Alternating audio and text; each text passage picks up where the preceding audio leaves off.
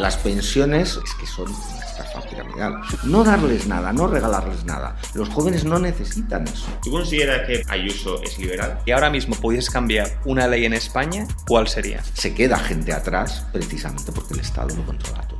¿Cuáles serían los 3 peores políticos los que más daño han hecho a España? ¿Qué tal, Jorge? ¿Cómo estás? Muchísimas gracias por venir. Bien, muchísimas gracias a vosotros por acogerme en vuestro programa, os lo agradezco mucho. Sí, bueno, nos conocimos ayer en las Sí, Libertapas. sí. Organizáis, entiendo, varias por España. Yo lo he visto en Instagram publicado varias veces. Eso es, pues se hace, bueno, depende en qué localidades. En Madrid, por ejemplo, que somos más gente, se está haciendo una vez al mes. Son eventos un poco lúdicos, pero vamos, es un poco para que se incorpore gente nueva y digamos luego ya se vaya metiendo un poco en el partido, en la estructura, ayudando, echando una mano. En otras localidades a lo mejor no tienen esa regularidad, pero bueno, espero que la vaya teniendo próximamente. Sí, bueno, nosotros lo hemos visto en Instagram varias veces, pero sí, estuvo muy bien estar ayer. Entonces, queríamos preguntarte un poco, bueno, ¿quién es Jorge Martín y quién es el PELIP? Para las personas que no lo conozcan, que nos cuentes un poco. Sí, bueno, yo soy el secretario general del Partido Libertario, evidentemente, y nada, pues tampoco, digamos, es que me guste hablar demasiado de mí, no creo que no, lo importante aquí no soy yo, es el proyecto, pero bueno, yo simplemente he trabajado en diferentes sectores, en muchos casos relacionados con la comunicación, con redes, actualmente no, estoy en temas de consultoría. Y bueno, esto lo he comentado alguna vez, yo llegué a las ideas de la libertad en la vida relativamente tarde. De alguna forma yo tenía ahí la situación un poco latente, pero o sea, yo sabía que algo no me cuadraba, es decir, tenía ahí como apartado, porque a mí ese tema me interesaba, el tema ideológico, pero tenía como una especie de asterisco de mirar más tarde, por así decirlo, porque no encontraba nada que me cuadrara, ¿no? Y entonces, bueno, en época relativamente reciente, bueno, ya no tan reciente, pero bueno, hace como algo, unos 10 años o así, bueno, pues conocí, además debo decirlo, fue a través de este partido, que entonces se llamaba Partido de la Libertad Individual. Conocí al partido y dije, anda, ¿esto de qué va? Tal. Empecé a leer comunicados, empecé a leer tweets, empecé a leer material, documentos, y poco a poco fue un proceso que tardó 3 años, pero nada, al final. Además, no quise contactar con nadie del partido, no quise ir a ninguna reunión, nada, me lo estuve leyendo y 3 años después fui a una reunión abierta y dije, hola, me quiero afiliar. Y eso fue llevo ya 9 años en el partido, y entonces sobre el Partido Libertario en concreto, que ya digo, creo que es realmente el centro, lo importante, es un partido, como digo, que tiene tiempo, va a hacer 15 años ahora el 2 de julio, se fundó en 2009 con el nombre de Partido de la Libertad Individual, luego se cambió a Partido Libertario justo antes de entrar yo. Pero lo que yo creo es que para entender cómo está el partido ahora hay que verlo como un partido nuevo. Es decir, es un partido que de alguna forma se está refundando, no tanto refundando porque se estén cambiando, digamos, o estatutos o el programa marco, cuestiones, sino sobre todo yo creo a nivel de estrategia, de planteamiento. Espero que bueno, tengamos oportunidad ahora de hablar un poco más, pero creo que para entender cómo es hay que verlo como un partido nuevo. O sea, que un poco se ha empezado como de cero de alguna forma, porque la estrategia anterior hemos visto pues, que no estaba dando los resultados que queríamos, ¿no? Muy bien, pues muchísimas gracias, la verdad que muy interesante tu historia. Y vamos a empezar para la gente que no conozca el PELIP y que no te conozca a ti, que no conozca las ideas, que no sepa de qué va esto. ¿Cuáles son los principales problemas que el PELIP o que tú veis en España ahora mismo? ¿Qué es lo que te preocupa? ¿Qué se puede mejorar? Bueno, lo que pasa, la lista desde luego está. Aquí el reto no es decir, uy, ¿cómo me gusta esto? ¿Dónde está el problema? No, es al revés. Es como yo creo que hay tantos problemas que es complicado elegir el campeón, ¿no? Pero yo, por ejemplo, ahora mismo destacaría la situación económica, porque incluso no hay una percepción directa de lo mal que está, pero yo creo que eso de alguna forma es una bomba de relojería. Es decir, si no se aplican medidas económicas, vamos a decir, correctas, en un plazo razonable, no digo que estemos ahora mismo en una situación de emergencia de que mañana se vaya a hundir todo, pero a veces eso es más peligroso porque no se toman las medidas a tiempo. Entonces, si no hay medidas correctoras en un plazo razonable, yo creo que nos espera un futuro económico muy negativo. Y al final la economía es algo que, aunque solo es un aspecto de la vida, pero abarca muchos otros, porque si la economía va mal, un poco hunde todo, ¿no? Y luego ya, esto es una cosa que lo he comentado en alguna ocasión, a mí me gusta decir que hay un problema que, aunque la gente no lo vea como el principal o tal, de alguna forma creo que es la madre de los demás problemas, que es el control que tiene el Estado sobre los medios de comunicación, la educación, las artes, es decir, en definitiva sobre digamos, la construcción que hace el Estado de la opinión pública, el control que tiene sobre la opinión pública, y digo que es la madre de los demás problemas porque al final estamos en una sociedad en la cual plantear alternativas es muy difícil. Es decir, ahí como todo está como muy dado y si te sales y planteas algo distinto, pues la gente se queda... No, primero, no hay formas fáciles de hacer llegar, de debatir, digamos, las bases de la sociedad, con lo cual yo diría que eso es un problema también a destacar, ¿no? Vale, muy bien. Entonces, es cierto esto, sobre todo, yo estoy particularmente de acuerdo en el hecho de que la gente no tiene la percepción de que la cosa va mal. La manera de medir los datos cambia relativamente, entonces eso puede ser un problema, pero para solucionar esto, ahora vamos a hacer un ejercicio de imaginación. Sí. Y Jorge, tienes mayoría absoluta, pero 200 escaños. O sea, no has tenido Sí, ni que pactar. se puede reformar hasta la Constitución, Sí, vamos, cualquier todo. cosa. Y entonces, en los primeros 100 días de gobierno, Sí. ¿qué es lo que harías? Bueno, nosotros tenemos un documento que son las 80 propuestas que van hablando de diferentes fases. Como tiene cierta extensión, tampoco me las sé de memoria, la verdad, y habría que irlas viendo, aunque se me puede preguntar por una y me pueda acordar, pero lo que voy a hacer es un planteamiento general, como una vista general, ¿no? de pájaros, si se quiere, o de áreas en general. Creo que lo primero, hace falta una profunda reforma legislativa que abarque muchísimas áreas, para reducir digamos, el control en detalle que tiene el Estado sobre muchos aspectos y, puesto que estábamos hablando antes de economía, sobre la economía concretamente, ¿no? Hay yo siempre comento, se suele asociar que los libertarios estamos en contra de los impuestos, que eso es verdad, queremos impuestos lo más bajo posibles, el impuesto ideal es cero, eso sin duda. Pero, por ejemplo, se habla muy poco de la hiperregulación y yo creo que a veces, o sea, hay países, por ejemplo, que son más prósperos que España, que tienen impuestos altos, no tan altos como España, pero que incluso no tienen una carga fiscal demasiado baja, la verdad, pero bueno, digamos, hay seguridad jurídica, tú sabes lo que vas a pagar, cuándo lo tienes que pagar, todo es sencillo, puedes montar una empresa en 24 horas, etcétera. Entonces yo creo que lo primero hay que tener una simplificación total de las normas, por así decirlo. Por ejemplo, yo creo que el mercado laboral destacaría muchísimo el tema del mercado laboral. El mercado laboral tiene una carencia de flexibilidad absoluta. Hay una cosa que yo lo comento alguna vez, pero que creo que es bueno recalcarlo, porque todo el mundo habla de que si otro mito, como que nosotros beneficiamos a los empresarios y no a los empleados. Digo empleados y no trabajadores, porque un empresario también es un trabajador, un autónomo también es un trabajador, pero bueno, los empleados por cuenta ajena. Pero al final, los empleados por cuenta ajena lo que tienen es una situación en la cual tú te quedas en paro y la expresión que hay en España es que te quedas en la calle. ¿Por qué? Porque los niveles de paro son altísimos en otros países. Tú te quedas sin trabajo y la percepción que tienes es, bueno, pues vaya fastidio, me tengo que buscar otro trabajo, porque sabes que lo vas a encontrar fácil. O fácilmente o en poco tiempo, bueno, que puedes tardar más o menos, pero que no va a ser un proceso traumático. Pero aquí, primero, hay un paro muy alto. Segundo, hay determinados grupos sociales que tienen un paro monstruoso. Estoy pensando en los jóvenes. Entonces, claro, el tema es que quedarse en paro pues es un problema. Si no estuviéramos esa situación, si por ejemplo, la tasa de desempleo fuera más baja, para lo cual hace falta una flexibilización del mercado laboral, bueno, pues una persona que se quedara en paro podría encontrar otro trabajo. ¿Qué quiere decir esto? Que a nivel de conjunto lo que se haría es reestructurar la economía de manera que cada uno estuviera en un puesto al final mejor o más productivo, con lo cual eso es crítico, es decir, el flexibilizar el mercado laboral es crítico. No solo el laboral, sino, bueno, por ejemplo, temas, yo creo que un tema muy destacable, mira, era otro candidato a principal problema, aunque de alguna forma forma parte de la economía, que es la vivienda. Lo digo porque la vivienda al final, ya sea de alquiler, en propiedad, es uno de los mayores costes que tiene una persona en su vida, ¿no? Y además es algo muy importante.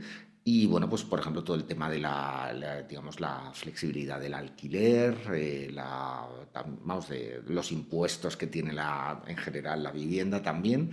Por cierto, ya hablo así como paréntesis el tema de la ocupación, es decir, el tema del reconocimiento del derecho de propiedad, eso es crítico, eso creo que es algo que debería figurar en la Constitución. La Constitución, si no recuerdo mal, ahora lo que dice es que está supeditada, que se reconoce, menos mal, el derecho de propiedad, pero que está supeditado al interés general, creo que pone algo así, y bueno, pues claro, entonces ya no es un derecho de propiedad, el derecho de propiedad es que es tuyo, no es, si no, pues es un poco como, bueno, te lo dejo usar y tal, pero mientras no te lo...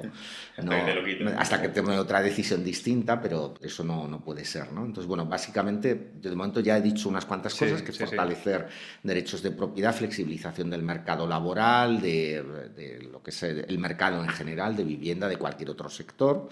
Por citar temas no económicos, yo lo que comentaba antes, el tema de desvincular totalmente lo que son los medios de comunicación, la educación, toda forma de control de la opinión pública. Esto, si vuelvo de nuevo a la economía, por ejemplo, todo el tema de lo que es llamadas empresas públicas, es decir, yo me pregunto qué hace el Estado gestionando pues X empresas, es decir, eso deberían... Yo, por ejemplo, además esto sí quiero comentarlo, mucha gente habla de que hay que cerrar cosas. Yo no soy partidario de cerrar nada, eso no deja de ser planificación central, lo que hay es que pasarlo a la sociedad civil. Es decir, ¿qué pasará luego? Bueno, pues la gente tomará sus decisiones, es decir, por ejemplo, se pueden repartir acciones, pues no sé, por ejemplo, de un medio, de una comunidad, una televisión autonómica, pues a los ciudadanos de esa comunidad autónoma se les puede dar una participación como una acción a cada una. Otra opción también es a través de cooperativas, en determinadas empresas, sobre todo si son pequeñas, pues hacer las cooperativas de sus propios trabajadores para que ellos tomen las decisiones que consideren oportunas, o si deciden al final irse a otro sitio, un poco que se reestructure todo, pero sobre todo y eso no es tan largo si se hace con un método, como digo, de repartición de acciones o de transferencia de titularidad, pues quitar control sobre, en este caso, sobre la economía y sobre otras áreas, ¿no? Podría seguir, pues yo creo que básicamente un poco sería una pincelada, ¿no? Sí. Bueno, o sea, me he quedado con los tres pilares grandes que has tocado. Es desregulación, es la simplificación del mercado laboral, que ahora mismo tiene muchísimas trabas en España, y luego la vivienda, que está bajo asedio en España, no está nada reconocido el derecho. Entonces esos tres pilares serían lo que atacarías en esos primeros 100 días como pues, uno de los problemas principales que tiene España, ¿no? Eso es. También, claro, hemos visto en vuestra página web que tenéis una cosa muy interesante. Yo la verdad no se lo he visto a ningún otro partido, que es la idea de las medidas en el corto plazo, efectivamente, pero luego, oye, ¿qué sucedería en una primera legislatura? ¿Qué sucedería en 2 o 3 legislaturas? ¿Y cuál es nuestra visión a largo plazo? Entonces, por simplificarlo un poco, has comentado las medidas a corto plazo. Estamos también interesados en qué visión tendría el PELIP si tratamos ahora de medidas en el medio plazo, que es esto, una legislatura, 2 legislaturas, y para el largo plazo. Esas dos ideas de visión, ¿qué es lo más importante, qué es lo más troncal? Porque en la página web lo tenéis desglosado por cada uno de los temas, pero en lo más importante para el PELIP en ese medio plazo y en el largo plazo. Yo creo que, bueno, en el medio plazo eso también a veces es difícil clasificar que es medio, que es corto y tal, o largo, pero yo, por ejemplo, no he mencionado antes el tema de las subvenciones. Por cierto que la gente también no distingue a veces subvenciones de prestaciones de la seguridad social, que al final es un seguro estatal, o también de ayudas, es otra, pero lo que se llama subvenciones, por ejemplo, subvenciones a la cultura, subvenciones a las empresas, subvenciones de todo tipo, lo que es realmente eso es algo que tiene que desaparecer rápido. Yo voy a decir a lo mejor que no sé, el primer día desde luego habría que hacer medidas para su desaparición. Evidentemente hay una serie de estructuras que necesitan esas subvenciones para vivir, pero se podrían mantener a lo mejor un año, eso como posibilidad, y ya, digamos, para que tengan tiempo de buscarse la vida, digamos, o de hacerse rentables, o en el caso de las que no sean por su propia naturaleza rentables, que se puedan buscar financiación mediante donaciones, fundaciones, etcétera, ¿no? Pero evidentemente eso es algo que no voy a decir a lo mejor en 100 días, pero que desde luego se puede ir preparando desde el principio y es un buen ejemplo de medio plazo, ¿no? De largo plazo, una cosa que me gustaría destacar, que yo creo que es otro problema enorme que tiene España, pero ese sí que es de largo plazo, lo que sí se puede empezar es desde el principio a atajar, eso es urgente, son las pensiones. O sea, las pensiones, lo decimos siempre, es como una frase así, gancho, tal, pegadiza, que son una estafa piramidal, pero es que son una estafa piramidal. Entonces tampoco es faltar a la verdad, ¿no? Entonces, bueno, lo que hay que hacer es o sea, iniciar la transición a un sistema de capitalización individual en el cual la cotización, digamos, o sea, la vayas teniendo tú. Hay una cosa que esto lo vi antes de incluso de entrar al partido, o en su momento lo he ido conociendo gracias al Partido Libertario, y es este siguiente concepto que me parece interesantísimo sobre las pensiones, ¿no? Yo ahora estoy cotizando para mi futura pensión. Y entonces ahora tú me preguntas, oye, ¿y cuánto, con lo que llevas cotizado, qué pensión llevas? O sea, tú ahora te jubilas mañana tal, ¿cuánto vas a cobrar? Y mi respuesta es ni puñetera idea. No tengo ni la más remota idea. Esto, que puede parecer un chiste, pero vamos a ver, ¿a dónde es decir, qué ha generado esta situación? ¿Por qué no tengo idea si estoy cotizando? Porque en realidad la cuantía de mi futura pensión la va a decidir un político mediante una decisión, si no arbitraria, por lo menos según los recursos que tenga entonces, pero que está desvinculada de mi cotización. Yo he oído una frase, además esto es muy interesante porque sociológicamente yo creo que la gente no entiende esto. Yo he oído a alguien una frase como, pero bueno, ¿y dónde está el dinero que hemos puesto todos estos años? Es que ese dinero no está. Es decir, se ha gastado en otras cosas, sobre si merecían la pena o eran necesarias tal, eso ya podemos seguir hablando y tal, pero en todo caso ese dinero no está. Es decir, tú no estás cotizando, digamos, para tu pensión. Lo voy a decir de forma brutal. Es ficticia, la cotización es ficticia. O sea, bueno, de hecho la hucha de las pensiones no existe, ¿no? O sea, con lo cual, pues bueno, ese es un tema, eso es un caso un ejemplo muy bueno, yo creo, de cuestión que hay que reformar a largo plazo, pero desde luego es urgente iniciar la transición, ¿no? Sí, en España, de hecho, es que es muy común que la gente piensa que tú estás llevando ese dinero a una hucha y que luego cuando te jubilas lo sacas de ahí. O sea, Eso era muy es. gracioso ver a Elisa Beni y algunos otros Claro, claro. tertulianos decir, no, pero yo estoy metiendo el dinero en un sitio, ¿no? Y tal. O sea, no, la idea de que esa hucha no existe y cuando ha existido la han gastado en comprar su propia deuda pública, la propia deuda pública española. Con lo cual, efectivamente, está vacío y vas a cobrar lo que te diga el político. Eso además creo que aparte de lo de piramidal, que es piramidal, lo del término estafa le va que ni pintado porque sinceramente, Totalmente o sea, de acuerdo. vamos a ver, al final a la gente también hay que, o sea, tú vas por la calle, la gente no sabe esto y eso no deja de ser una estafa, en este caso electoral si queréis, pero es una estafa. Claro, es que es cierto también que se esfuerza en que la gente no sepa qué pasa esto. Es decir, luego tú vas a ver la tele y no parece que tienes 0 euros en la cuenta y que el mes que viene veremos cómo pagamos lo que viene el mes que viene. Y dentro de 50 años no lo sabe nadie cómo se van a pagar. ¿Se pagará mucho, poco, tal? Depende de eso. Si tenemos pensión, que no quiero ser negativo, pero... Sí existe. Pero vamos, incluso aunque fuera buena, es que no lo sabemos. No lo sabemos porque no depende de lo que estamos cotizando. Eso en sí mismo es tan grave que, bueno, eso es un escándalo. Eso es terrible. Claro, muy bien. Entonces, vamos a continuar ahora un poco con la estructura del Estado, ¿no? Sí.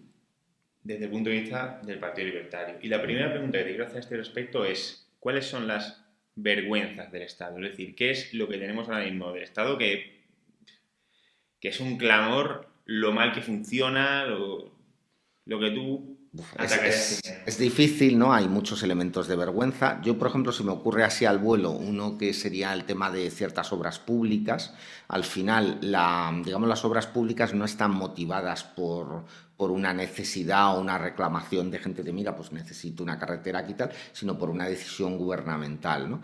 Que en algunos casos podrá ser acertada, pero en otros no tanto. El problema es que tampoco, primero, no está vinculado el coste de la obra a un uso posterior, es decir, por ejemplo, si tú pones una autovía y cobras un peaje, bueno, pues si al final la empresa era ruinosa, pues a lo mejor debería quebrar la empresa que ha asumido ese riesgo. Esto no solo no es así, sino que encima se rescatan empresas que hacen autovías. Entonces, como primer ejemplo, que se podría, ahora podemos poner alguno más, pero como primer ejemplo de vergüenza del Estado, yo soy muy fan del aeropuerto de Huesca Pirineos, que tenía, porque además no es solo el haberlo hecho, es que una vez hecho, digo, ese aeropuerto simplemente es un símbolo, hay 100.000 obras públicas iguales, y lo digo porque a veces cosas que son muy feas, como los coches oficiales, en proporción al total del gasto, dicen, no, es que es el chocolate del loro. Bueno, es el chocolate del loro, pero está fatal en cualquier caso. Pero es que lo de las obras públicas no es el chocolate del loro, es una pasta. Entonces, bueno, ese aeropuerto, por ejemplo, yo leí hace tiempo que había tenido un mes 3 viajeros o tal. O sea, parece ser que la idea era construir un aeropuerto para que la gente pudiera ir pues, a esquiar o a las montañas en Pirineos. Entonces, claro, la gente quiere ir a las montañas, por supuesto, le encantan las montañas, a mí también, pero puede ir, puesto que no es una isla, puede ir en tren, en coche, en autocar, en muchísimos medios. Y entonces al final lo que a mí me maravilla no es solo que se haya hecho, es que no sé, vale, ya se ha hecho, está mal, eso ya no tiene, es culpa del gobierno anterior, yo no he sido, vale, muy bien, te lo compro, ¿no? ¿Y por qué no lo cierras? Claro, Pues ¿no? no se sabe, ¿no? Estoy hablando de memoria, no sé, igual ahora lo han cerrado ya porque hace tiempo que no leo del tema, pero me da igual, es un ejemplo. Hay 100.000 casos de obras públicas o que se construyen para casos muy destacados y luego están criando telarañas, por así decirlo, como temas de exposiciones universales, cosas parecidas. Luego, otro ejemplo de vergüenza del Estado que yo creo que no se suele pensar en él, pero creo que es muy destacable, es la educación. Es decir, al final cada uno tendrá, yo no dejo de oír a los diferentes partidos, pues bueno, básicamente esto es un partido de tenis, es decir, llega un partido, pone su sistema educativo. Entonces llega ese clock, llega el otro partido, pone otro sistema educativo, ya de un partido de tenis. Entonces hemos tenido en lo que llevamos de democracia, la verdad es que no lo sé, yo ahora mismo no tendría que mirarlo, pero unos cuantos sistemas educativos. Y además, sinceramente, parece una competición de a ver quién lo hace peor, ¿no? Pero bueno, independientemente, cada uno podrá tener su opinión, la cuestión es, yo siempre oigo decir que hace falta un gran pacto nacional de educación para que nos pongamos todos de acuerdo y veamos cuál es el sistema educativo que queremos entre todos. Pues yo creo que no es deseable siquiera un pacto de educación, lo que se debe de permitir es que la gente, en este caso los padres en el caso de los menores de edad o los estudiantes universitarios si son mayores de edad, ellos mismos puedan elegir el sistema educativo que quieren. Se habla mucho de escuela pública, a mí me gusta más decir estatal, de escuela estatal, de escuela concertada, de escuela privada, pero lo que no debemos olvidar, y hablando de vergüenza, esto es una vergüenza enorme, es que hasta en un colegio privado, hasta en una educación privada, los planes de estudios están aprobados por el Estado. Es decir, hay una homogeneidad en la educación. Hay un chiste de estos que yo he visto hace años, yo creo que lo conocemos todos, que se ve digamos, como animales que están dando clase y entonces dicen, y la próxima prueba será igual para todos, escalar a un árbol, y el mono está todo contento porque es lo suyo y se ve a un pez en una pecera o a otros animales que, o sea, al final eso que es un chiste de alguna forma se está haciendo con los chavales, con la gente joven que están estudiando y luego ya pues con gente joven pero ya más adulta como puedan ser los universitarios. Es decir, se está dando lo mismo a todo el mundo y eso no es bueno. Debe haber una competencia entre sistemas educativos, digo sistemas, no ya centros, y bueno, pues que gane el mejor y que cada persona, ya sean los padres, si es un menor de edad o ya sea la propia persona interesada, pueda elegir. Eso es una gran vergüenza. A partir de, podríamos entrar en temas de adoctrinamiento, pero bueno, por acabar en algún momento y no extenderme más, yo creo que eso es un posible ejemplo. Pues muy bien, muchas gracias. El siguiente punto que te quería preguntar es, bueno, igual que más o menos probablemente todo el mundo esté de acuerdo en que el aeropuerto de Huesca es una vergüenza, no sé si habrá alguien que lo defienda inmolar dinero público, pero igual que ahí podemos encontrar el consenso, donde seguro que hay consenso, es que en educación y sanidad es un tema muy importante para la población.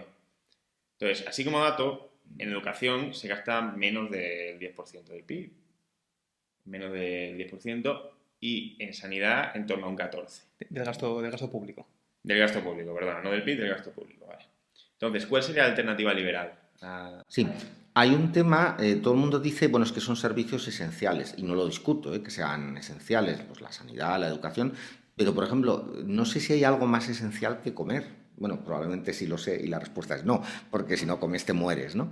Pero no hay, no sé, cómo decir, una red estatal de supermercados o de restaurantes y no hay problema. ¿Quiere eso decir que no haya gente que pueda estar en condiciones de exclusión, pues que no pase hambre, sean indigentes, tal? No estoy minimizando ese problema, aunque sí que hay que entender que en sociedades desarrolladas afortunadamente son un porcentaje muy pequeño de la población, pero ese problema se puede atajar acudiendo directamente a esas personas, por ejemplo, dándolas de comer, no creando una red de supermercados o de comedores estatales. Lo de los comedores estatales, por cierto, me recuerda a Ceausescu en Rumanía, que no llegó a hacerlos porque se cayó su régimen, pero lo tenía previsto, ¿no? Y en algún otro país totalitario también se ha mencionado la idea. Entonces, si lo que es la alimentación se ha podido resolver sin necesidad porque más o menos, o sea, gente que pase hambre en España, ya digo, habrá algún caso de personas de indigentes y tal, pero incluso se les da comida, ¿no? Si el hambre se ha podido erradicar sin necesidad de una estructura estatal que lo coordine, yo creo que se puede hacer lo mismo con sanidad y educación. Entonces nosotros defendemos un sistema que llamamos cheque sanitario, cheque escolar. El término quizá no sé si todo el mundo lo entiende bien, pero la idea es que las personas que no se puedan pagar, digamos, el seguro sanitario, por ejemplo, y recalco lo del seguro, porque no se trata de pagar los actos médicos, se trata de pagar la mensualidad, ¿no?, que el seguro cubre. Bueno, pues las pocas personas, digo pocas porque eso no es tan caro, pues bueno, se lo podría pagar el Estado, había impuestos como último garante, ¿no? Pero en todo caso no debería gestionar la sanidad y no debería gestionar la educación. Antes he hablado de la diversidad de sistemas educativos, pues en este caso tampoco debería imponer una uniformidad. En resumen, y esta es la idea clave, universalidad no es lo mismo que estatalidad. Nosotros defendemos la universalidad de los sistemas, digamos, pues que nadie esté, digamos, esta frase que se dice tanto como es lo de que nadie se quede atrás, pues lo suscribo, que nadie se quede atrás, pero eso no puede ser una excusa para que el Estado controle todo, porque de hecho se queda gente atrás precisamente porque el Estado lo controla todo. Sí, no, y además lo que pasa con todos los bienes, cuando lo dejas en manos del mercado se abarata muchísimo, ¿no? Entonces, al final, la educación y la sanidad, ¿por qué son caras? Pues porque las maneja el Estado. Pues porque la comida es barata. Claro, no y la ropa es barata y otros otros bienes el Estado. Efectivamente, justo. Y otro punto a este respecto, que no sé si estarás de acuerdo con lo que voy a decir, pero cuando se dice, vale, entonces ahora yo voy a tener que pagarme las cosas que antes me proponía el Estado y tal, creo que hay que tener en cuenta, ¿no?, que la carga fiscal que propone el PELIP acorde a esto sería mucho menor. Es decir, que una persona que ahora mismo cobra 1.200 euros y su coste empresa, ¿no?, o lo que genera al mes son 2.000, no tendría 1.200 euros y que pagarse más cosas. No, tendría mucho más dinero disponible. Mira, antes en lo de las vergüenzas del Estado hay una cosa que se me había olvidado de decir y yo creo que aquí va que ni pintado. Y es que la gente, esto es muy fuerte decirlo así, pero es que es así, no sabe lo que gana. No sabe los impuestos que paga, que también, porque de hecho hay gente, esto es un poco triste incluso, pero hay gente que cree que cuando le devuelven dinero del IRPF es que el Estado le está dando dinero o que lo que paga de impuestos es lo que le toca pagar del IRPF, pero no es ya que no sepa lo que pagan impuestos, que ya es grave de por sí, es que no sabe lo que cobra, lo que gana.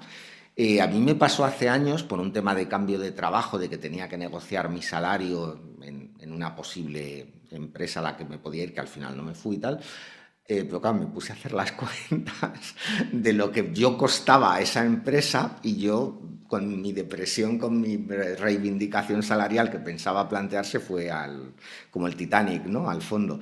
Entonces, la gente no sabe lo que gana. La gente es mucho más rica, o debería ser mucho más rica, de lo que cree que, o gana mucho más de lo que cree que gana, en definitiva. Sí, yo he escuchado números increíbles, o sea, 10.000, 12.000 euros al año al español medio, no al millonario que gana tal, sino son unas cantidades enormes. Es verdad que lo que dices, son tantos impuestitos que la gente no lo sabe, ¿no? Te van quitando de muchos sitios. Yo os propongo una reflexión, que esto se lo he comentado a alguna gente, y es, ¿los indigentes pagan impuestos? Todo el mundo diría, no, claro que no. Vale, tú le das un dinero a un pobre indigente para que se compre un bocadillo y el bocadillo tiene IVA. Tiene IVA, Pues, tiene IVA, Es claro. decir, por no hablar de los impuestos que le cobran a toda la cadena alimentaria hasta que llegue. Entonces, al final, es que aquí esto no va de ricos y pobres, aquí se sablea a todo el mundo, en definitiva. Bueno, vamos a pasar, si te parece bien, al tema de la batalla cultural. Entonces, hace poco te escuchamos una entrevista que tienes colgada, en la cual decías que tú siempre habías tenido estas ideas del liberalismo, pero que nunca, pues, te las habían ordenado de tal forma que dijeras, yo soy liberal, ¿no? Eras con la idea de, eras liberal, pero no lo sabías. Y a Miguel y a mí, la verdad, lo hemos hablado muchas veces, nos ha pasado con frecuencia que tenemos amigos, pues, de todo tipo, de izquierdas, de derechas. Y entonces, pues, a veces les exponemos estas ideas y después de que ellos ataquen a los principales muñecos de paja del liberalismo, como lo entendemos bien, se lo explicamos y decían, ah, pues estas ideas me cuadran, ¿no? Son ideas que, joder, yo puedo ser liberal, pero es verdad que no lo sabía. Entonces, yo creo que esto es un problema de que ahora mismo el liberalismo, lamentablemente, está perdiendo por goleada en la batalla cultural. O sea, nos están metiendo goles por todos lados. Cuando tú vas a votar te encuentras izquierda, izquierda, ultraizquierda, derecha, que no es derecha porque quiere subir los impuestos y más Estado, ¿no? Entonces, al final, la pregunta sería, dada esta goleada que nos están metiendo, ¿cómo podríamos darle la vuelta a esta situación desde el PELIP y, bueno, desde cualquier libertario? ¿Cómo puede realmente darle la vuelta a la batalla cultural? Yo, por ejemplo, quiero hacer un comentario, es que personalmente me gusta más decir batalla ideológica que cultural. Lo digo porque la cultura es un poco un ámbito especialmente querido para algunas personas y cada una puede tener la suya. Por ejemplo, en una sociedad libre puede haber gente con valores muy tradicionales o gente con valores muy antitradicionales y convivir todos, ya sea en el mismo sitio o en sitios separados, pero digamos sin interferencia, incluso cooperando económicamente entre ellos, ¿no? Entonces me gusta hablar de batalla ideológica porque además es una cuestión puramente, específicamente ideológica, lo que has comentado ahora, ¿no? De alguna forma, esto es otro término que usamos nosotros mucho, que es la ingeniería social. Lo que hay es un adoctrinamiento desde el origen, ¿no?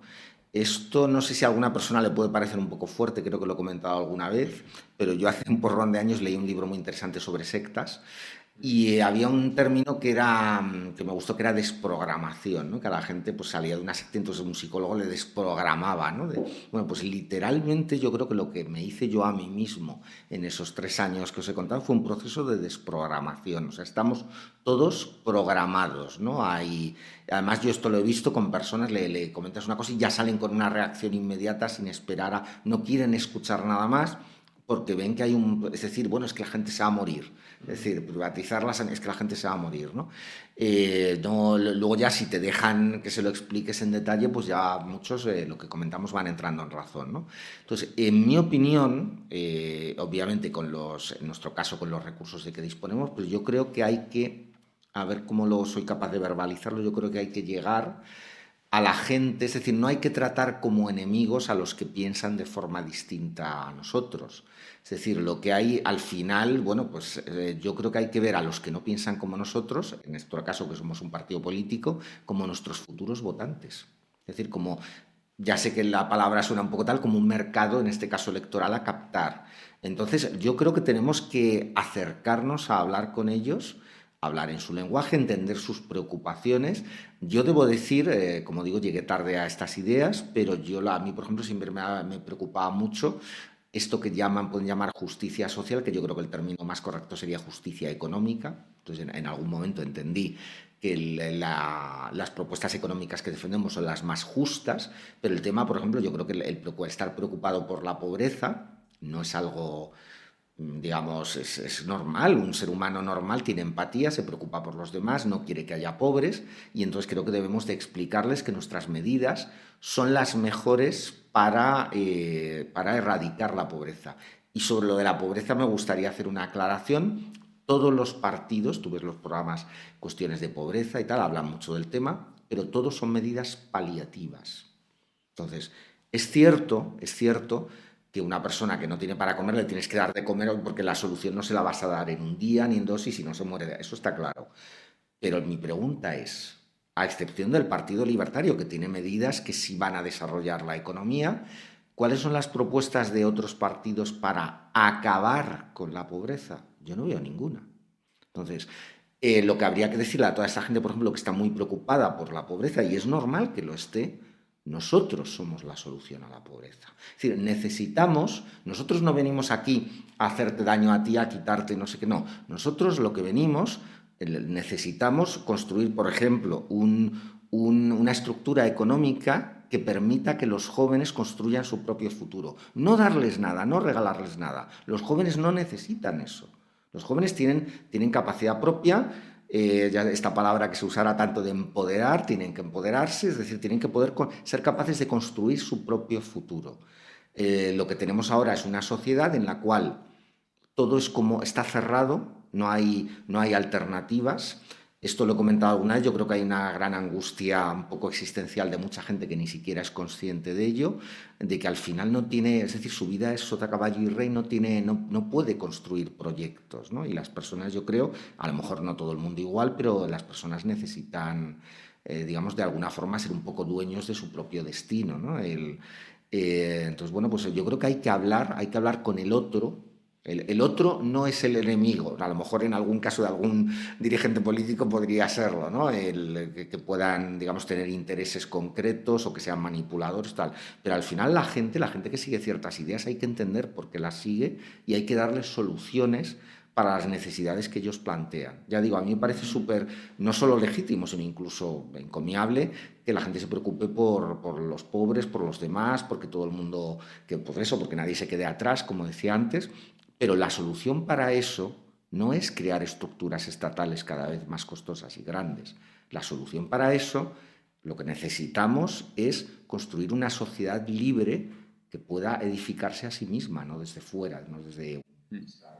Sí, no, yo nunca lo había pensado así, pero es verdad que los partidos toman medidas paliativas. O sea, al final, el otro día en Twitter, lo vimos, el gobierno alardeando de que había no sé cuántas personas con el ingreso mínimo vital.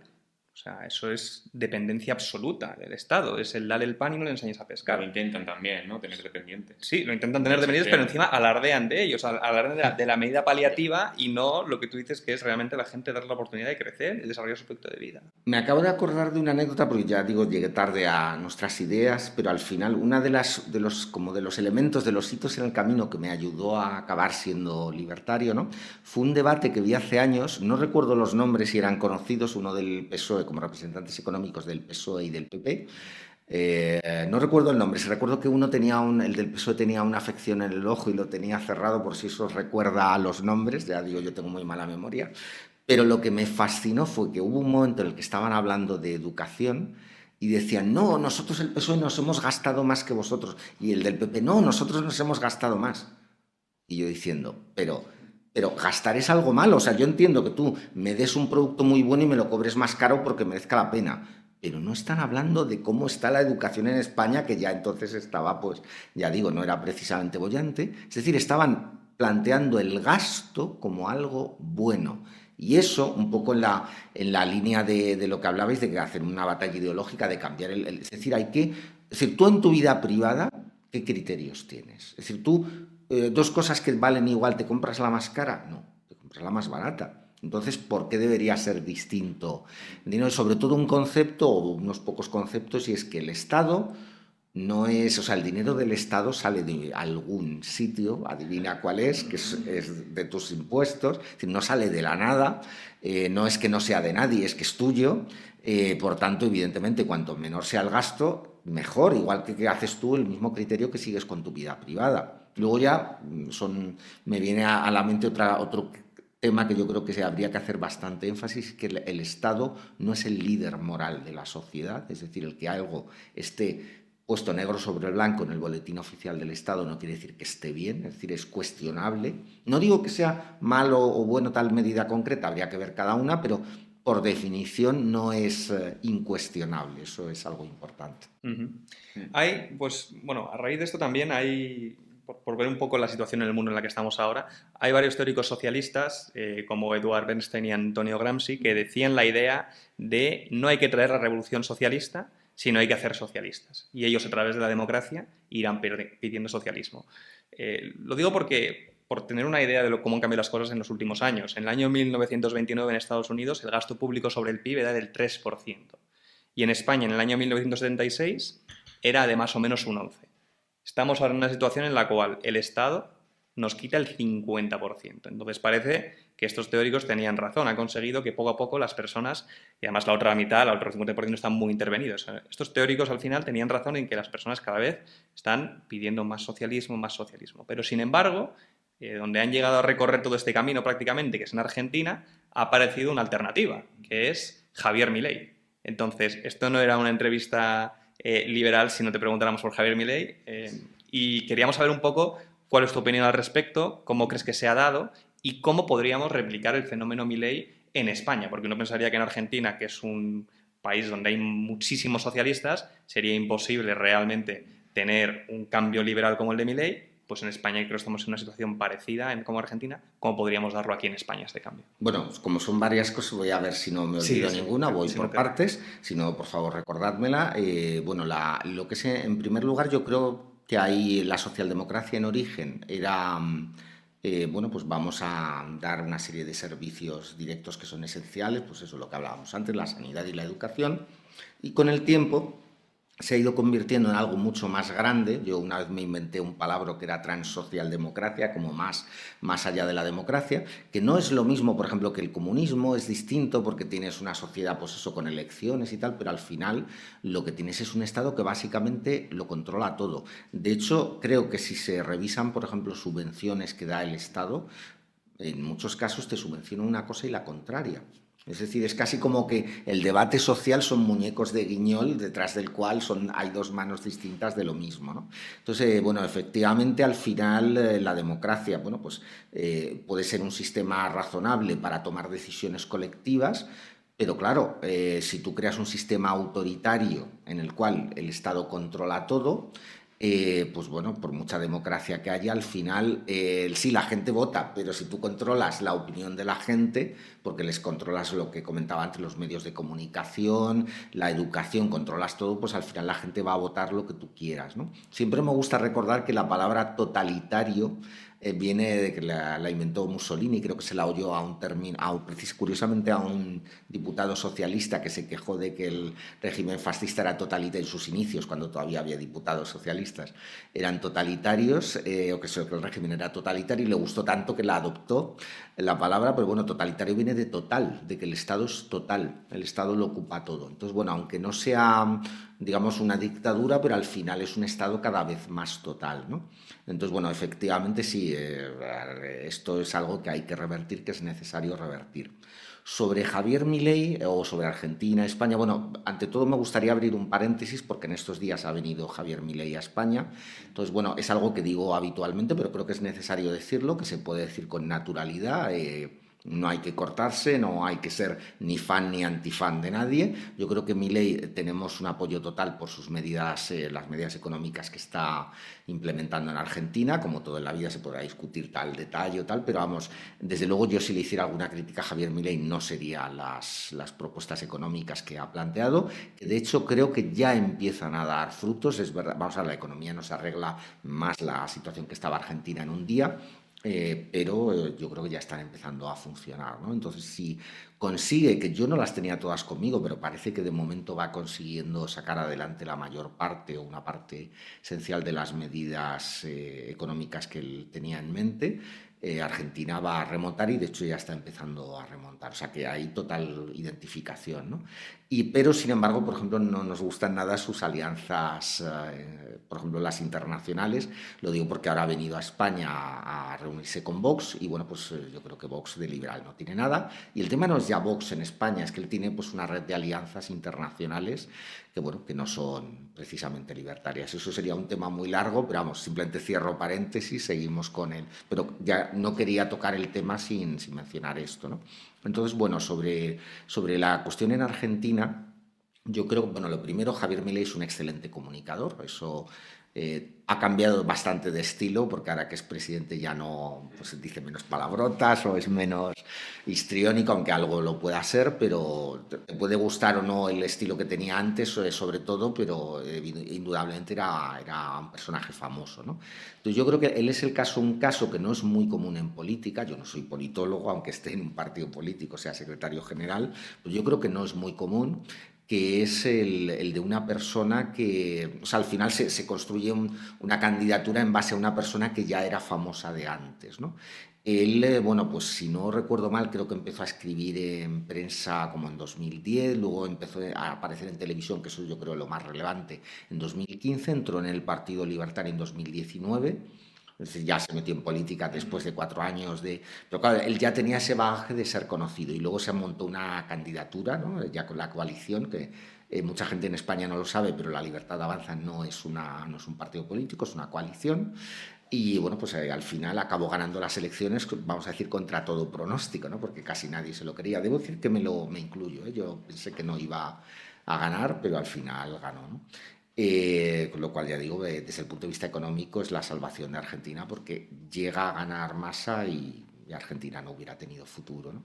Claramente, ya no había más oportunidades. Entonces, yo creo que por un lado está el tema de su capacidad de comunicación.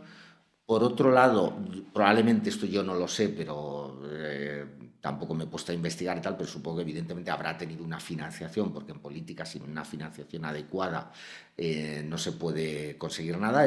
Obviamente habrá conseguido convencer a financiadores para que apoyen su campaña. Y luego hay un factor, y es que yo creo el caso de Argentina no es el mismo de España. Con esto no digo que España no lleve el camino digamos, de ser Argentina en un futuro, quizá no tan lejano, pero Argentina estaba en una situación límite, absolutamente límite.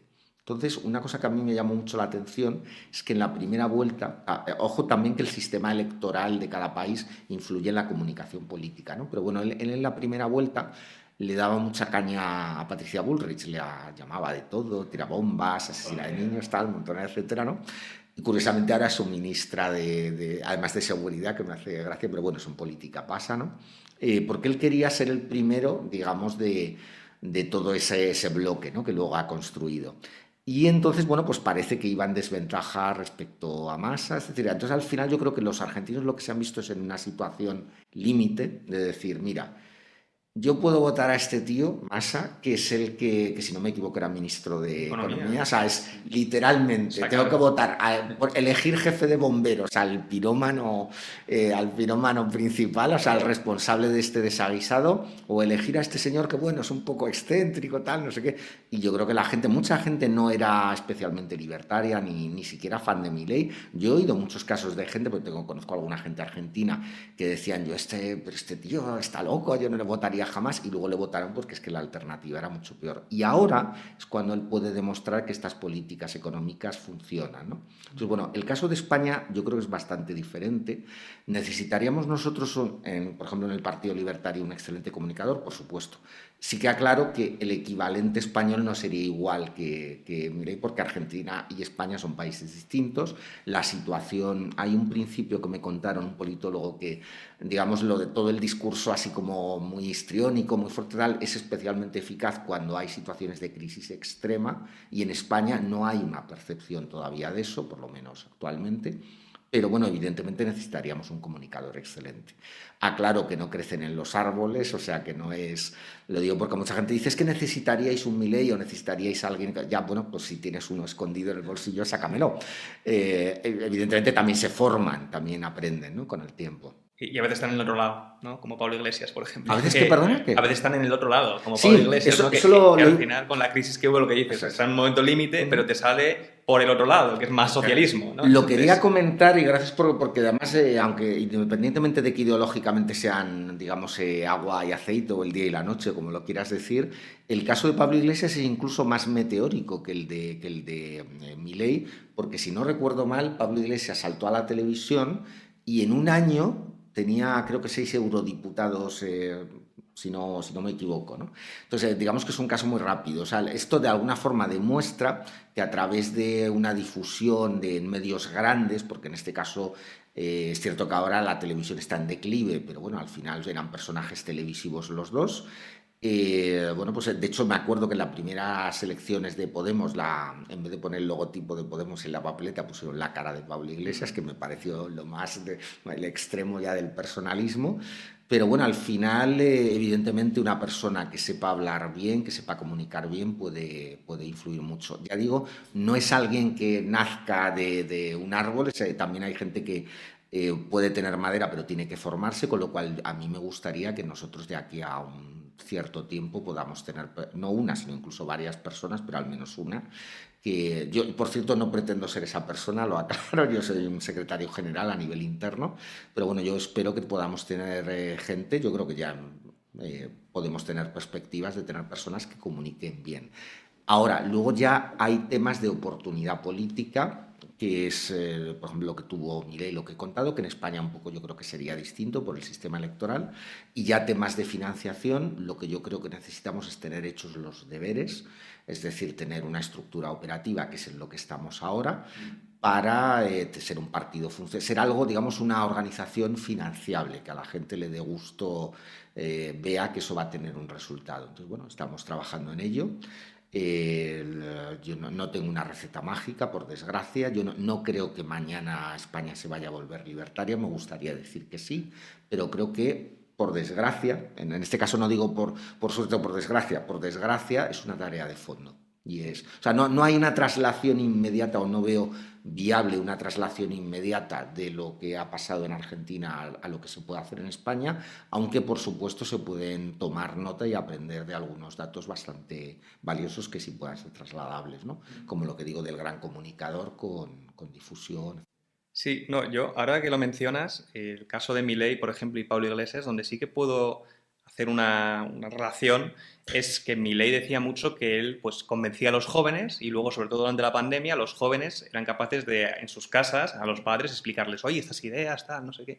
Yo recuerdo que con Pablo Iglesias fue algo parecido, o sea, yo estaba en el colegio por aquel entonces y llegaron unas niñas a clase a difundir pues, los panfletos de Podemos y de Pablo Iglesias y a contarnos a todos lo bueno. Entonces, al final yo creo que es una figura fuerte, un gran comunicador, también es capaz de movilizar a la gente joven, que es capaz luego de permear y ir convenciendo al resto de la sociedad como de abajo a arriba. En España, yo no conozco la política argentina en detalle, pero en España, desde luego, la gente mayor, yo creo que es, digamos, es como un equipo de fútbol. Este partido yo lo voto, haga lo que haga, me da igual, cosa que por cierto es bastante triste. Es decir, la gente debería responsabilizar a sus líderes políticos, no lo hace. El caso de Podemos es curioso porque también no, era un partido que el núcleo era gente marxista-leninista, pero de la línea dura, pero se vendieron como un partido transversal que venía a renovar, ¿no?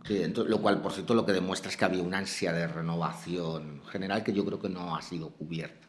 Es algo para tomar nota también, ¿no? Muy bien, pues vamos a seguir con la siguiente pregunta.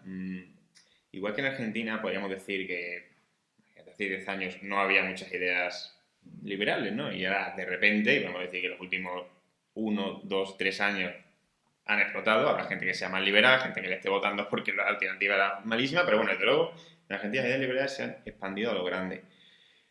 ¿Ves tú que eso pueda ocurrir en España? ¿Ves que algo esté creciendo? ¿Ves? Y hilando con eso, es decir, si ves que, si me dices que sí, ¿no? Que podría llegar a pasar o que tú lo veas desde tu punto del partido, una persona que diga, vale, estoy viendo la entrevista, he llegado a este punto, quiero enterarme más de gente que sea liberal, tal, cuáles son los referentes liberales en España, a quién podría una persona que nos esté viendo decir, quiero aprender de este tema.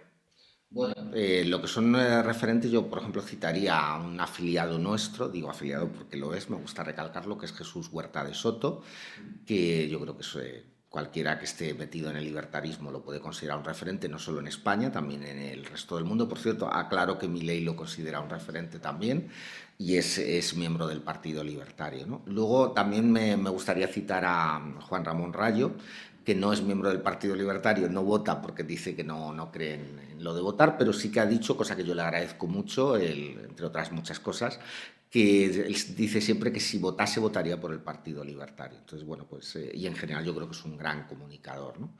Me gustaría también comentar, esto ya casi es una anécdota, pero yo, por ejemplo, hay cosas con las que pueda estar de acuerdo, en desacuerdo con Anxo Bastos, ¿no?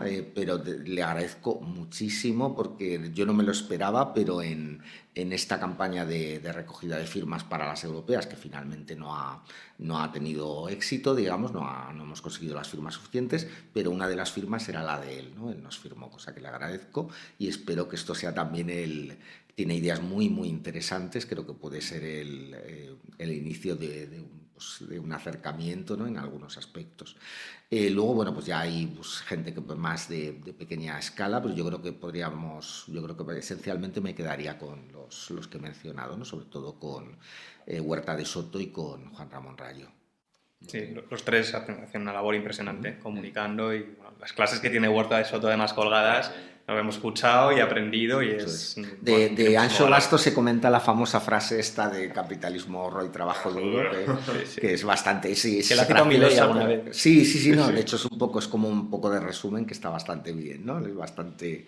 te entra, sí. Y luego también la constancia de Juan Ramón, ¿no? Es decir, sí, bueno, todos los increíble. días con su vídeo, cada tema que va saliendo, este señor es increíble porque habla de todo. Hay unas elecciones, comenta quién ha ganado, quién ha perdido, tal, y su imparcialidad.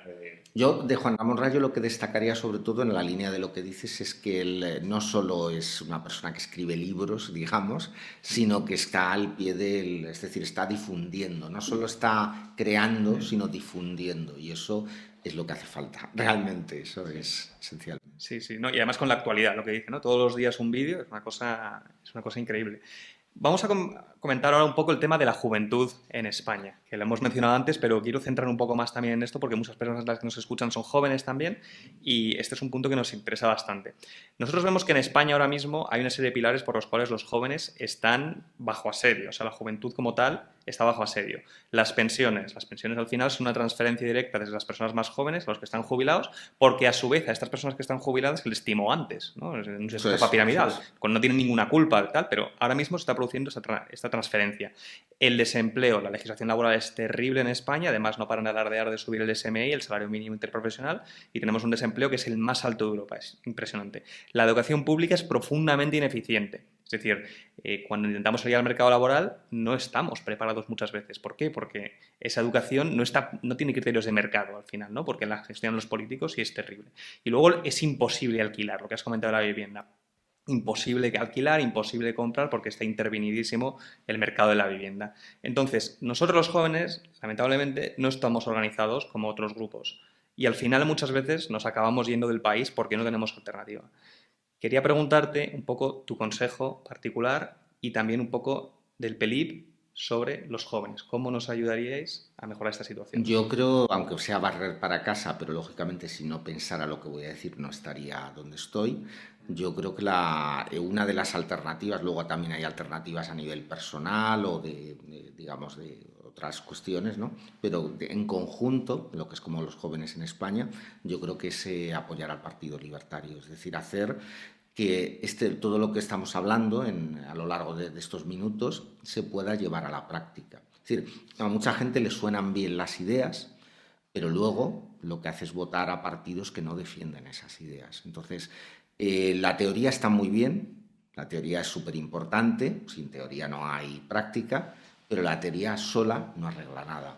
Entonces yo esencialmente diría eso. Nosotros tenemos, si se revisa nuestro programa, tenemos soluciones para todos los temas que has mencionado. Hay que desregular el mercado de la vivienda, lo hemos dicho antes, hay que desregular el mercado laboral y eso, tú haces comparativas internacionales y no estamos reinventando la rueda. Estamos hablando de cosas que funcionan. Los jóvenes, por desgracia, a mí me parece genial que la gente diga, ay, pues me voy a vivir no sé, a Irlanda, que me gusta la música de allí o los productos de allí, o vivir allí, no voy a decir el clima, porque bueno, pero tal. Pero al final la gente, o sea, me parece muy bien que la gente pues se mude porque le apetezca, pero realmente que haya un éxodo de gente joven yéndose de España obligada ante la falta de alternativas, es una tragedia.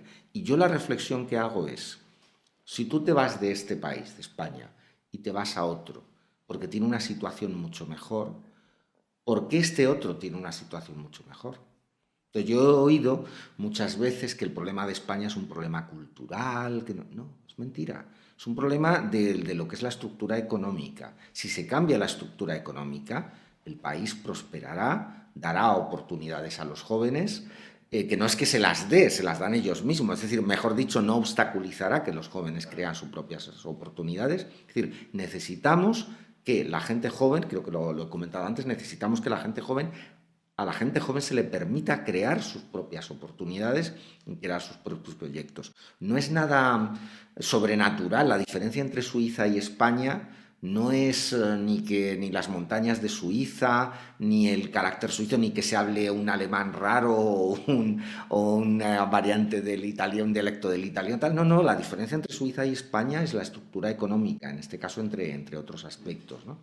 Entonces, hay que entender que si esos cambios se producen en España, obviamente Suiza no va a ser porque son países distintos, pero tiene el potencial para ser como Suiza. Y los problemas culturales que tengamos, yo creo que es al revés. Cuando se cambie la estructura económica, la cultura se irá adaptando, la gente dejará de tener esta sensación de pasividad y empezará, porque claro, realmente empezará a ver que sus esfuerzos tienen resultado. Entonces, yo creo que, ya digo, a los jóvenes lo que necesitamos es que los jóvenes sean capaces, se les permita crear sus propias oportunidades aquí y no tengan que marcharse. Sí, es verdad que siendo joven el tema de emprender, de tal, y Es un drama en España. totalmente diferente contra otros países, ¿no? Donde la idea es quiero montar mi empresa, tal, o sea, y quiero dar trabajo, tal, invertir. Y aquí es como Comparar, quiero trabajar para el Estado, ¿no? No, claro, pero es porque los sistemas de incentivos están Claro. montados así. O sea, Yo trabajaba hace años, ya digo, en temas de comunicación, trabajaba con algo relacionado con emprendimiento, por cierto, con un ayuntamiento, al final, la administración pública, y me acuerdo que había un curso que yo asistí por el trabajo para gente joven para hablarles de cómo emprender y tal. Y empezaban a hablar, o sea, es que yo lo vi, de verdad era trágico, o sea, era verlo, veías a los chavales ahí, pues creo que eran de FP o tal, así como súper interesados, y les empiezan a contar, por cierto, funcionarios cómo emprender, lo cual resulta por lo menos curioso, y les empezaban a hablar de los que tenían las licencias, lo de darse de alta, o sea, de temas burocráticos, y tú les veías las caras de los chavales, cómo iban cambiando. Sí, Y digo, es que, o sea, en vez de emprendedor me dan ganas de hacerme cazador-recolector o cualquier otra cosa antes de... O sea, esto es decir, se ha impedido a la gente joven crear sus propias oportunidades. Los jóvenes no necesitan limosnas, necesitan que se les deje desarrollar sus proyectos, como por cierto, no solo a los jóvenes, a cualquier persona de cualquier edad, pero vamos, el caso de los jóvenes es más claro porque están empezando. Muy bien. Pues ahora vamos a mirar un poco más hacia la comunidad liberal que podría haber en España, no tanto concretamente partido libertario, sino comunidad liberal, porque dentro de la comunidad que tenemos es cierto que suele haber mucha polémica, ¿no? Entre, oye, yo soy liberal clásico, yo soy anarcocapitalista puro, ¿eh? Yo soy tibio socialdemócrata, según que te llame, ¿no? O minarquista, que también se llama. ¿Qué consejo darías tú al final, ¿no? Porque hay gente que puede estar cerca ideológicamente discutiendo. ¿Qué consejo le darías? Yo, bueno, ante todo quiero decir que no me gusta nada crear polémica y no quiero caerle mal a nadie por lo que voy a decir, pero lo primero creo que necesitamos dejar de mirarnos tanto al ombligo, es decir, creo que hay que... voy a ser claro, en las encuestas, pues ¿cuánta gente sale que dice que soy liberal? Pues no sé qué porcentaje, pero eso no es real. Es decir, la gente no es un poco una palabra liberal que ya no sabe lo que significa y yo creo que mucha gente la dice y no conoce las ideas o no las entiende. Los liberales en España somos cuatro gatos. Los liberales, libertarios, tal, somos cuatro gatos. O sea, entonces lo primero, dejar de mirarnos al ombligo y pensar que lo que hay es que llegar digamos, a la sociedad en conjunto, lo que hablábamos antes. Entonces, yo siempre pongo este ejemplo, que a alguna persona le hizo gracia, es como si estuviéramos en el estrecho de Bering, como el estrecho de Bering está conectado vía terrestre pues con, no sé, con la península ibérica, pues se podría coger un autocar desde allí hasta para ir al centro peninsular, ¿no? Y entonces resulta que un grupo de personas de las que están en el estrecho de Bering quieren ir a la ciudad de Madrid y otros quieren ir a la ciudad de Alcalá de Henares, que están al lado. Y entonces no quieren subirse al mismo autocar porque es que no, tú vas a un sitio distinto. ¿Pero qué me estás contando? Que estamos en el estrecho de Bering. O sea, da igual, vamos allí, luego ya nos moveremos de uno de los dos sitios al otro, ¿no? Es una locura. Es decir, creo que hay que tener muy claro, yo creo que en todas las ideologías tienen su parte teórica, intelectual, pero sinceramente, y no solo en España, porque lo he visto en algún caso más, creo que tendemos a un intelectualismo, digamos, excesivo. Me explico. Al final, para hacer acción política, por supuesto que hace falta una base teórica, pero lo que hay que tener es acción política. Entonces, una persona que tenga una filosofía distinta a la mía si aunque haya llegado por diferente vía, si llega a la conclusión de que hay que aplicar una medida concreta de carácter político, yo puedo trabajar con esa persona. Igual que si es al revés, si una persona es muy próxima y llega a una conclusión, digamos, de acción política distinta de la mía, no podría hacerlo, ¿no? Pero al final, yo lo que planteo es, el Estado tiene que reducir su nivel de competencia, descolonizar ámbitos de la sociedad civil, reducir las competencias de la administración pública. ¿Quién está de acuerdo con eso? Pues quien esté de acuerdo, aquí estamos. Y quien no, pues, o quien quiera seguir debatiendo eternamente, pues bueno, que lo haga, pero evidentemente eso no va a cambiar nada. Eso sería lo que diría, ¿no? Pues muy bien. La siguiente pregunta sobre lo que queremos que nos cuentes es sobre el asedio fiscal que tenemos en España. Es decir, pues hay ciertos políticos que se empeñan en decir que no pagamos tantos impuestos, ¿no? Unos dicen que las retenciones no son impuestos. Otra gente dice que sí. Pero bueno, en general hay un clima de que no puedo salir a la calle sin que me cobren. Es decir, al final de mes, la nómina, muchísimo impuesto. Pero es que incluso voy a comprarme un coche, la gasolinera, la mitad es un impuesto. Es decir, los impuestos llegan a muchísimos sitios, ¿no? Queríamos saber tu visión sobre este asedio fiscal que existe en España, ¿no? Y qué haría el Partido Libertario al respecto. Bueno, yo creo que al final si llame impuesto o no es una cuestión técnica, la terminología es lo que menos me preocupa, pero al final el Estado gestiona, pues bueno, hay diferentes cálculos que varían entre comunidades autónomas o de un año a otro, pero alrededor de la mitad de lo que trabajamos. Entonces, yo lo primero haría una reflexión, si esclavitud es que trabajes por nada. Bueno, pues esto se podría calificar incluso, perdonar si es muy exagerada la palabra, pero de semiesclavitud, ¿no? No lo es. Por eso es que no, a mí me parece que no lo es. Entonces, al final, si yo dijera que estamos en un sistema de economía planificada, lo que se llamaría comunismo, llámese, sea de izquierdas o sea de otro tipo, o sea, me da igual cómo lo llames, pero si estás en una economía planificada, en una economía comunista, se supone la teoría, otra cosa que eso se haya alcanzado, sea el 100% lo controla el Estado, pues nosotros no solo no somos un sistema capitalista, sino que seríamos un sistema mixto, medio comunista, medio capitalista, medio planificación centralizada, medio iniciativa privada, pero medio. Sí, luego está toda la parte de la economía que puede que sea ese otro 50%, pero que está profundamente intervenida. O sea, que ya no es solamente la parte que te quitan directamente, sino que luego la parte que en principio te quedas tú, pues puedes hacer esto con tu dinero, esto no, puedes contratar de esta forma, esto no. Antes he mencionado, por ejemplo, que el tema se suele hablar de impuestos, pero de hiperregulación no tanto, y hay una anécdota que a veces me acuerdo de ellas de hace años. Yo conocí a una chica que era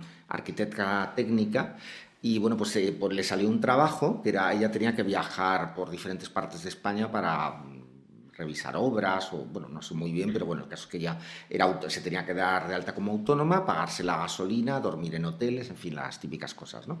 Entonces resulta que desde el punto de vista, primero se tenía que dar de alta como autónoma y pagar la cuota. Todo el mundo tiene claro, lo llame impuestos o no, que eso es una cosa que va al Estado, ¿no? Pero era todo tan complejo, porque yo para saber mis cuentas de lo que me he gastado en gasolina, en el hotel y tal, yo no necesito un Excel, con un Excel me vale. Pero el tema es que era todo tan complejo que tenía que pagar pues 100 y pico al mes para una gestoría, para que le llevara las cuentas y tal, ¿no? Porque había que presentarlas en no sé qué formato. Eso no se suele considerar como un impuesto, porque se lo estás pagando a una empresa privada, que es la gestoría, pero al final tienes una hiperregulación que te genera todavía más gasto, en este caso gasto directo, un desembolso, pero luego, aparte ya, gasto indirecto de que te deceleran tu productividad, te la disminuyen, o sea que ya es muy difícil de estimar, es tremendo. Entonces, la solución del PELIP, desregular. Lo que decía antes, nosotros no es que digamos vamos a bajar impuestos porque sí, porque somos así de majos y tal, no, sino eliminar partes, no eliminar, mover áreas enteras, por ejemplo la cultura, que hace el Estado controlando la cultura, moverla fuera del ámbito estatal, con lo cual evidentemente los impuestos ahí bajarían. Por ejemplo, toda esa partida entera no es que hiciéramos recortes, eso quiero dejarlo claro, recortes en cultura, sino que todos los impuestos que se pagan para cultura literalmente desaparecerían porque estaría gestionada por la sociedad civil y luego cada cual que se gaste en cultura lo que quiera, incluso aunque aunque a alguien le pueda parecer feo, si no tiene interés en gastarse nada en cultura, que no se lo gaste, o si quiere gastarse mucho más. Yo tengo una cosa curiosa que me suele hacer gracia, hilando con el tema de la burocracia que nos has contado, es que, por lo menos, igual esta es mi percepción, no sé si te habrá pasado, pero, tengo que hacer un trámite en el ayuntamiento. Madre mía, el certificado digital, ahora no me lo coge, ahora como no esté en mi ordenador donde hace 10 años me trae el certificado, no puedo hacer nada, estoy fuera del sistema y luego me parece una cosa extremadamente llamativa que lo más importante, lo que más le interesa a cada uno, que es su cuenta del banco, yo entro con mi DNI, un PIN de 4 dígitos y eso está seguro. Eso es, eso es. Al final crean estructuras que supuestamente son en beneficio nuestro. Cuando tú ves a la administración de las empresas privadas, o sea, yo he dicho, perdón, quería decir las empresas privadas, me estaba cruzando con administración pública. Tú ves a las empresas privadas eh, encontrar soluciones mucho mejores, igual de buenas o mejores, incluso más seguras, y con una molestia mínima. Incluso a veces cuando ves que es un poco farragoso, luego escarbas un poco y ves que están aplicando legislación que les obliga a hacerlo. Entonces, al final, bueno, pues el problema es que todo lo que ocupe el Estado, cuanto más ocupe, más ineficiente va a ser. Y al final, mucha gente, estaba ahora pensando en un concepto que mucha gente no entiende fuera de nuestro ámbito, mucha gente no entiende que tiene que ver lo de la economía con la libertad, el concepto de libertad económica. Bueno, pues aquí tienes un ejemplo, es decir, el Estado gestiona, llámalo impuestos, llámalo X, gestiona una parte enorme de lo que tú trabajas, aproximadamente la mitad, ya digo, variará según personas o zonas o tal, y no te está dando la libertad de administrarlo como quieres. En el ejemplo que he puesto antes, la cultura está subvencionando una cultura determinada que a lo mejor no es la que a ti te gusta o no es la que tú financiarías. Entonces, eso a todos los niveles. Es decir, el Estado, digo que tiene que descolonizar áreas de la sociedad civil y eso incluye que descolonice las cuentas bancarias de la población, ¿no?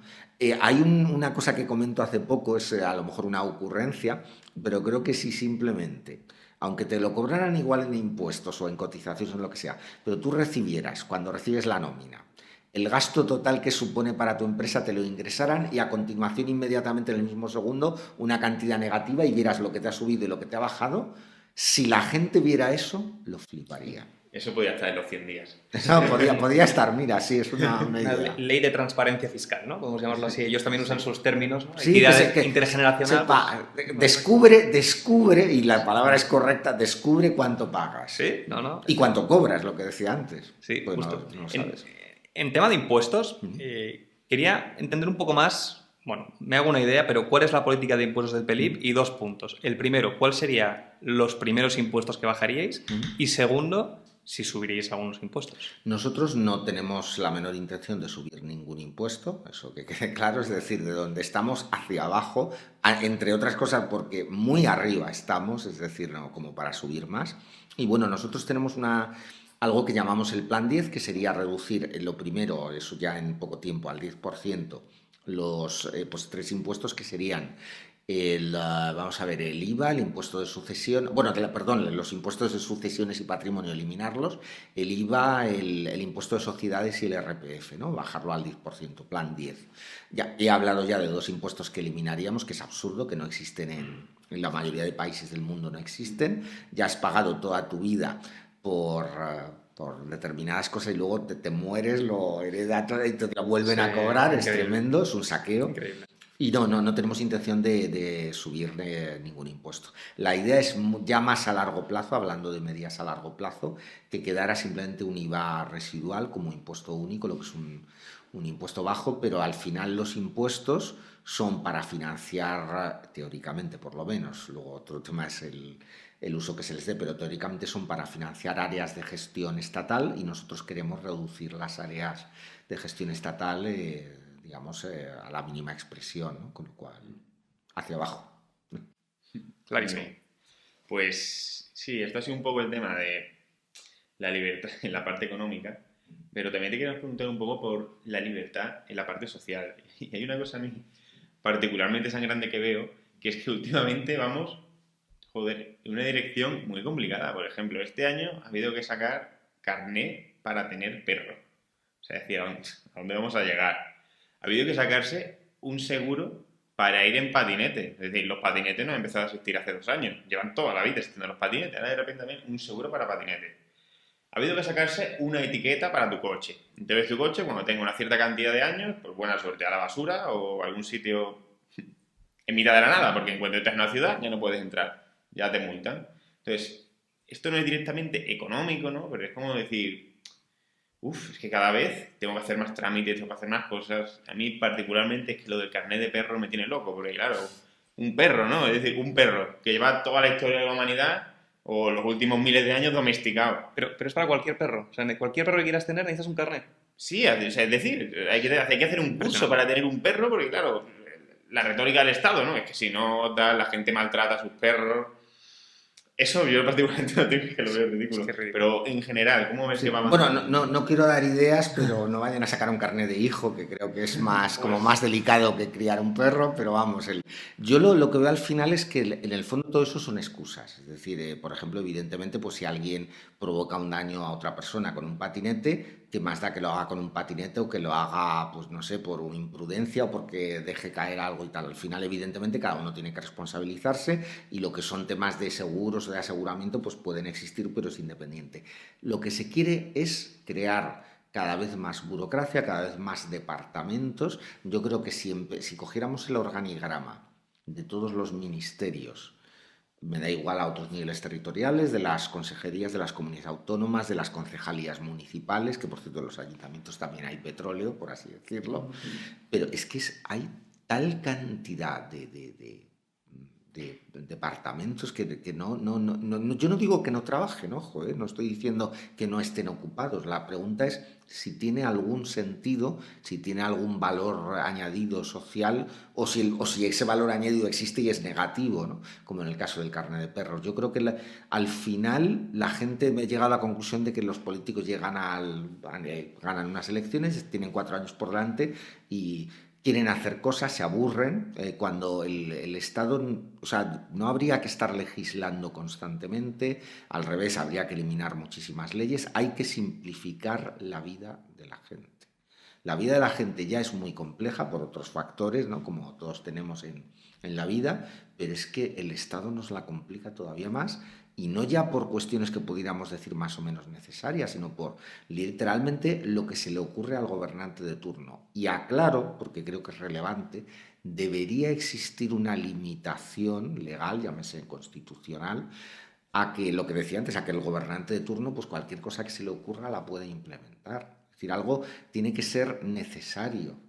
Las normas en una sociedad deben existir, pero deben ser lo más sencillas posibles y las menos posibles.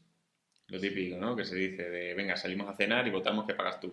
Sí, sí, claro. En la democracia, ¿no? Votamos aquí entre Claro, 5 o 6, todo se vota vota. todo el mundo que pague uno mismo. O sea, al final se pueden votar decisiones que afecten en grupos, sí, por supuesto, eso se llama democracia y tal, pero los derechos individuales priman sobre la votación, es decir, yo no puedo, pues lo que estamos hablando, ¿no? Bueno, por desgracia conocemos casos en la historia, pues no sé, de que un señor con bigote gana las elecciones y luego pues hace una serie de medidas horribles contra determinados grupos y tal, ¿no? Y bueno, he dicho ese caso que es el más conocido, pero hay miles, ¿no?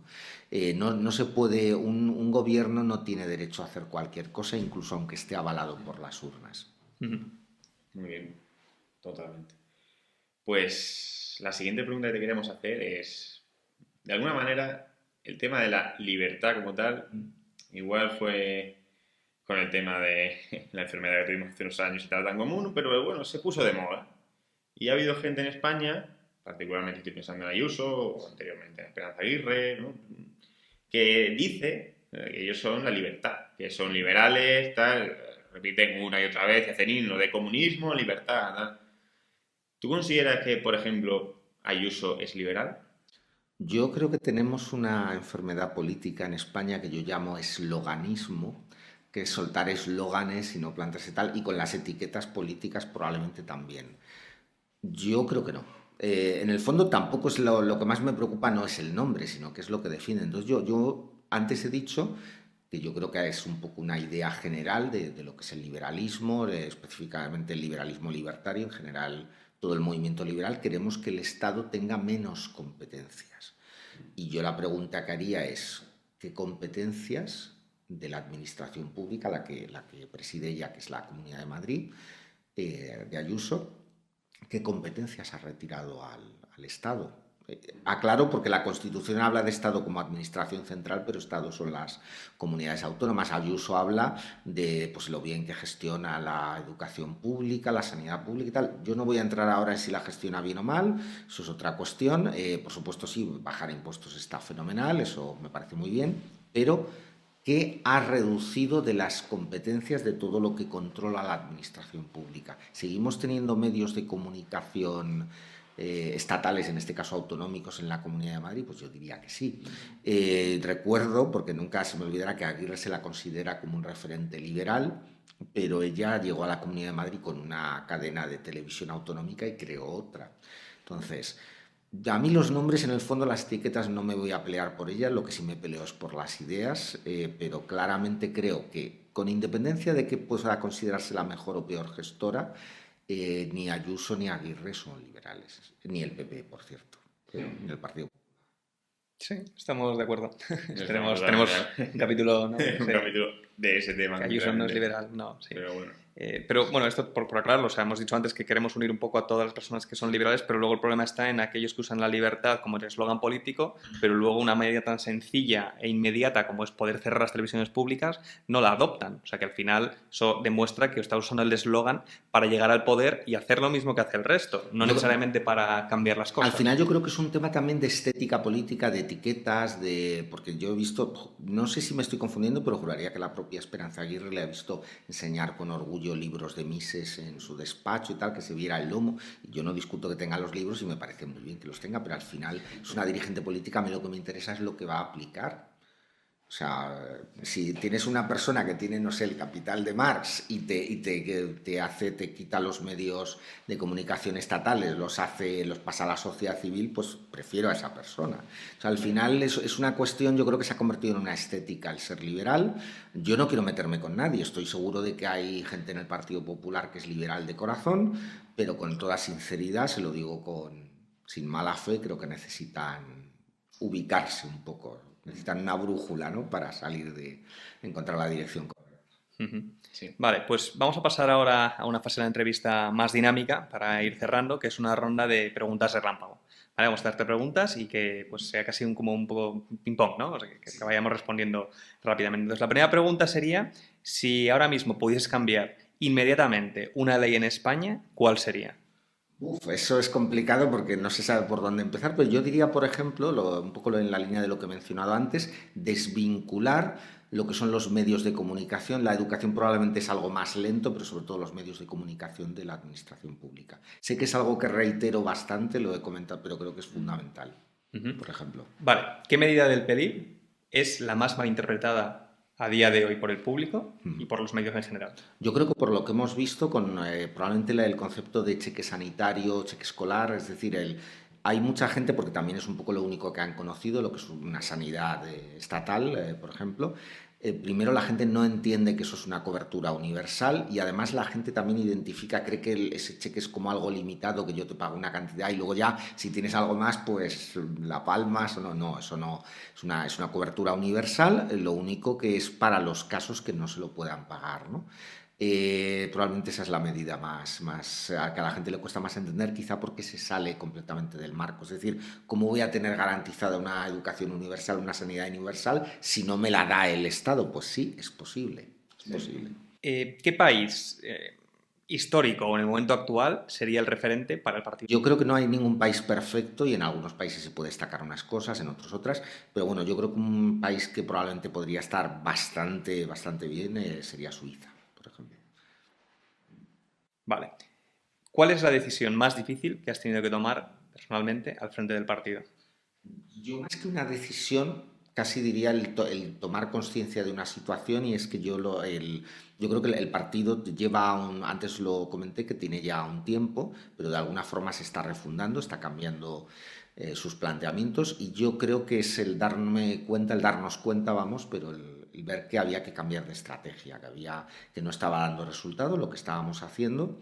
Creo que eso es algo que hay que reconocer, no pasa nada, es decir, Lo que es malo es tener un error y no cambiarlo. No culpo a nadie, no culpo a direcciones anteriores, creo que simplemente era una estrategia errónea y teníamos que darnos cuenta de que eso no nos llevaba a ninguna dirección positiva y cambiarla completamente.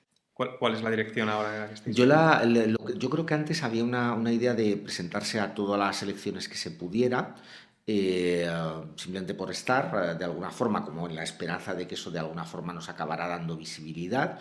Y yo creo que de alguna forma nos hemos saltado etapas. Es decir, esto es como si construyes un edificio, pues hay que empezar por los cimientos, etcétera. Entonces yo lo que creo es que necesitamos primero centrarnos en proyectos, en este caso elecciones, que aunque nos puedan salir bien o mal, como nos ha pasado ahora en las europeas que no hemos llegado, o en municipales, tal, pero tenemos que tener objetivos que sean alcanzables y tenemos que construir una base social de un cierto nivel, ¿no? Es decir, obviamente no va a ser mayoritaria al principio, pero sí que hay que construir una base social, tener gente y plantearse instituciones, que en este caso estamos centrados sobre todo en las municipales, pues en las que realmente, aunque bueno, en un sitio te salga, en otro no, pero bueno, en las últimas municipales, aunque fuera, digamos, en última instancia, porque dimitió el alcalde, pues bueno, conseguimos un concejal en un pueblo muy pequeño, pero ya tenemos un cargo público,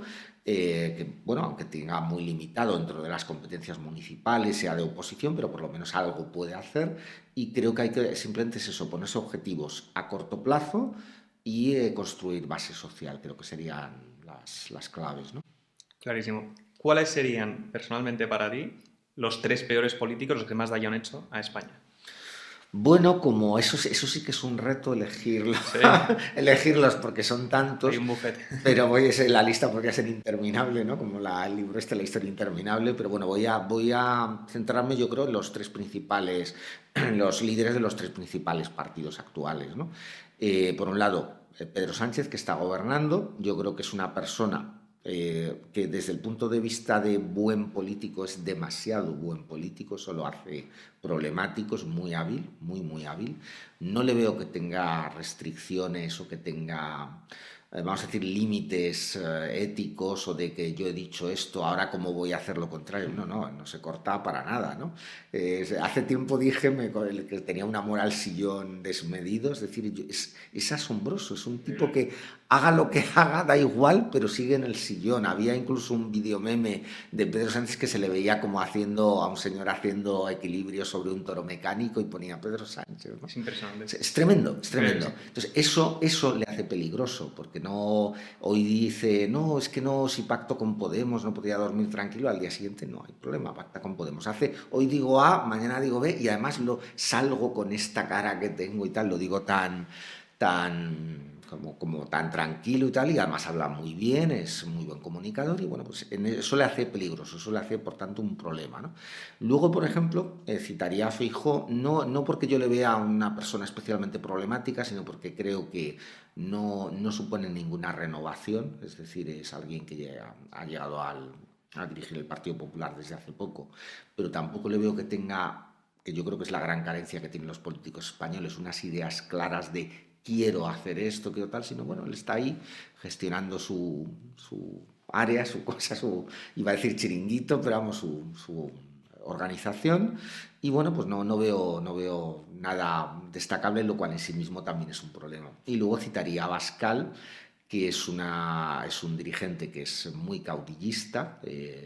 Vox, bueno, yo creo que nunca ha sido ni de lejos un partido liberal, como decía alguna gente. Es verdad que tenía algunos liberales conservadores, ya se han encargado de que salgan corriendo o de echarlos, y yo creo que es un partido con una tendencia cada vez más preocupante tiene como referentes cada vez menos liberales, por así decirlo, y lo que se construye está todo digamos, en relación a él, y por tanto eso también es un problema, ¿no? Entonces, bueno, yo creo que podría citar a esos tres políticos como aperitivo, ¿no? Entre otros.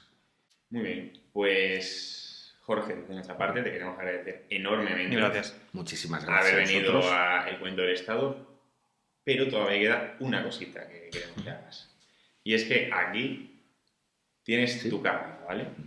Y queremos que le des un mensaje a los liberales, libertarios, al espectro político, de España. ¿Cuál sería tu misión? Pues muchísimas gracias. Estimados todos, la sociedad, lo que es la situación como está, todo, no se va a cambiar sola. La teoría está muy bien, a todos nos gusta pues, leer libros, ver conferencias, asistir a conferencias, debatir con los amigos, pero es necesaria la militancia política. Es necesaria la militancia política y es necesario votar a opciones que defiendan las propias ideas.